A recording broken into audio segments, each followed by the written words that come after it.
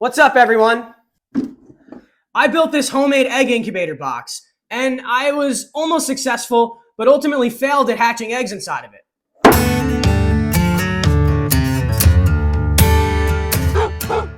On today's video, I'm going to talk to you about the problems and issues that I ran into with trying to hatch eggs in my homemade incubator, as well as the design flaws that I think impacted the environment inside of here in a negative way that ultimately led to the failure of me hatching eggs inside of here.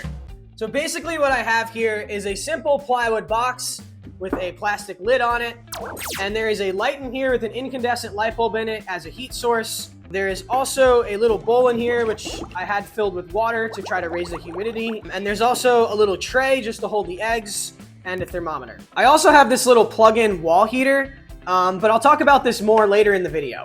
So that's pretty much the basics of this incubator.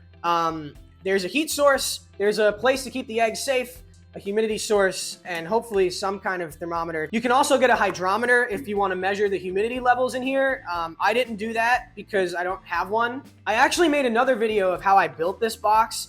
If you haven't seen it, I'll put a link at the end of this video so you can check it out. But make sure to watch it in the next 1 to 2 months because I'm going to take that video down soon. I think I talk about this incubator in that build video as if it's definitively going to work. And I don't want anyone to get the wrong idea and put any bad information out there. So I will be taking that video down in another month or two. I will make another video when I try this again and hopefully successfully hatch some baby chicks. So let's get into this video and I'll talk to you about the problems I ran into and how I think I can adjust the environment to make this more ideal for hatching eggs. So first I'm going to talk about the design flaws and what I'll do to actually improve the design of this box next time. So I kind of plunged into doing this really quickly when I realized I had fertilized eggs coming out of my chicken coop. So yeah, I discovered things after the fact and was kind of learning as I was going on this. So the first thing I'll say is the lid on this is not very rigid. It's allowing a lot of air to escape. Yeah, I might attach wood to this or just use something entirely different next time. That's the first thing. All right, I'm gonna take the eggs out here. I did label them all with dates. Yes, I tried this in December. Oh, do they smell? Oh no. I need to compost these. Yeah, we'll put these back in the earth and hopefully they'll turn into some beautiful veggies for us. These will give back. Thank you, eggies. Thank you, egg. Let's look inside here.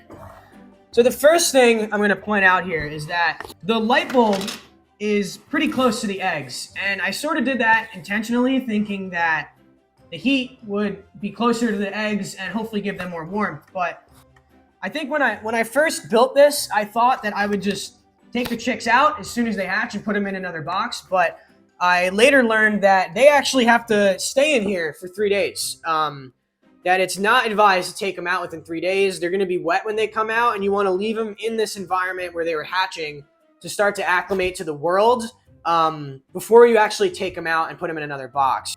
You'll have a much higher mortality rate if you take them out too soon. I've learned that in doing later research after I built this improv incubator.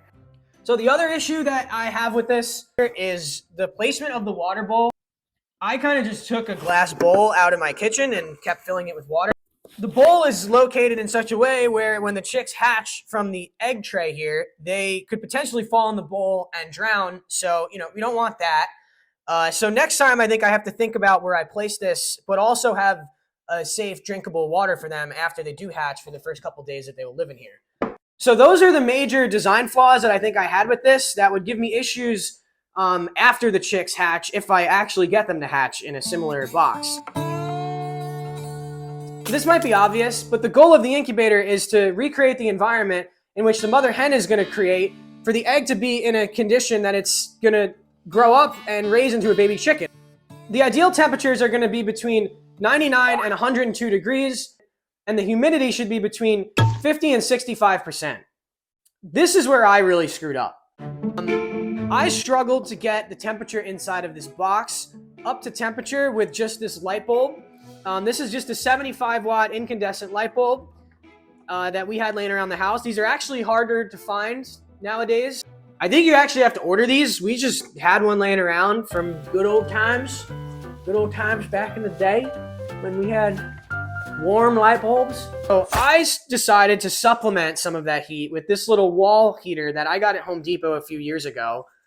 This is a 400 watt handy heater. And this just has a temperature sensor on it, a thermometer, and it turns on when it gets cool and then it turns off when it reaches the temperature. The thermometer on this is inaccurate. So I found out that if I set this to around 85 degrees, 84 degrees, I get the temperature up to about 105 degrees, and then it would rapidly start dropping off and hover around 101, 102 for a little while and slowly taper off into the low 90s, and around 85 degrees, this would turn back on after about an hour. My thinking was that, well, yeah, it's a little warmer than the ideal temperatures, but again, those are ideal. It's not to say that an egg won't hatch outside of ideal temperatures, and I had some confidence that I would do it. I do have some ideas as to how I could actually maintain this setup as is and get some more ideal temperatures out of it, but I'll talk about that in a few minutes. First, I want to talk about the humidity in here and what I think I got wrong on the humidity. I do believe that adding this bowl of water actually increased the humidity in here a little bit. However, I built this box out of wood. Pretty dry construction grade plywood, and wood absorbs moisture and humidity. But I think next time what I would do is I would actually finish this box. I would get some clear coat wood finish and seal this so that way the box will actually repel water and not absorb it. So I think that's one thing I would do. I did on a few occasions actually fill this with warm or hot water so it would generate steam. That definitely raised the humidity in here.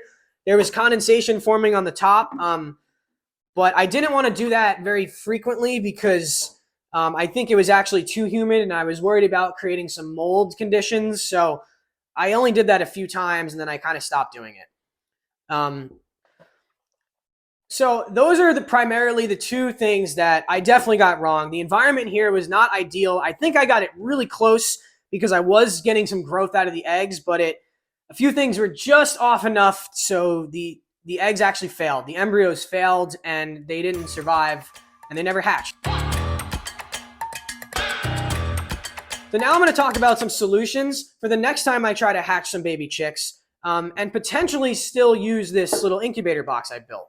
So the first thing that I think I really got wrong, and a lot of you watching should really consider this, and we should have considered this when we built this box, and that is the time of year that you decide to try to hatch baby chicks. I was super eager and very excited to build this as soon as I knew we had fertilized eggs. I have seen other videos and other examples on the internet of people hatching eggs in similar contraptions, cardboard boxes, bottles, using just light bulbs. And I think that one thing that played into why we didn't get enough heat in here with just the light bulb and not this heater is because we were doing this in December when the ambient temperatures in our house might be hovering in the mid 60s. I don't know what you guys set the temperature to in your house, 70, but this was in a corner of our house because the light was on where we don't really go a lot and it's a little cooler over there.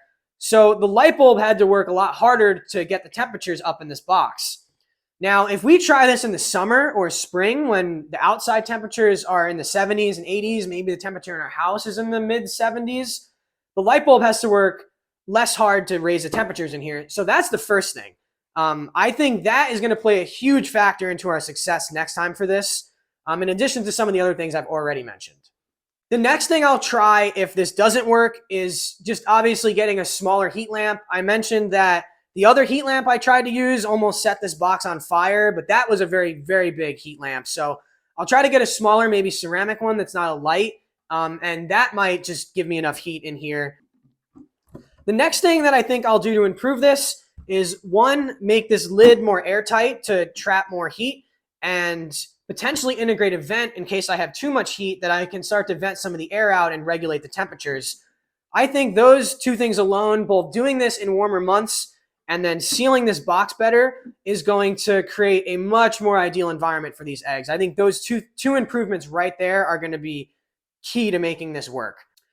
So another idea I have is potentially getting a thermometer switch. I'm not really familiar with the terminology here, but basically a switch that I can connect to the power supply on my heat source, so my light or my infrared heat bulb, and then have a thermometer inside of the incubator that connects to that switch and will automatically shut off the heat source when it reaches a certain temperature. Not sure about the price of those, but that's something I want to look into. If anybody knows about one of these, maybe drop me a comment if you know where I can find something like that. And if all that still doesn't work, or if I find that it's too expensive, I might just go on Amazon and buy one of those $25 little egg incubators that you can just go and buy. I'm trying to avoid that. I really want to make something homemade that I can show all of you and just have some success with building something on my own that I hatch some eggs in. So if you're curious to follow along with our journey of trying to hatch eggs in our homemade egg incubator, then subscribe to our channel. I'm going to post a video in a few months of me trying this again, and whether I succeed or fail, I'll let you guys know, and I'll show you what I found and the improvements that I made to this box. And if you have any comments or questions about any things I've mentioned in this video, drop me a comment down in the comment section. I'd really love to know your thoughts on this. I post other kinds of videos too, like woodworking stuff. I actually made this hall table that you see over here in the background. There's a really cool DIY video. I show the whole process of me turning the pallets into this table. So check that one out. I'll link it right here. The other video of the build of this, I'll link over here. But again, I'm gonna take that one down. And if that one's not here, then you'll see the next video where I improve on this. So thanks again. We'll see you in the next one.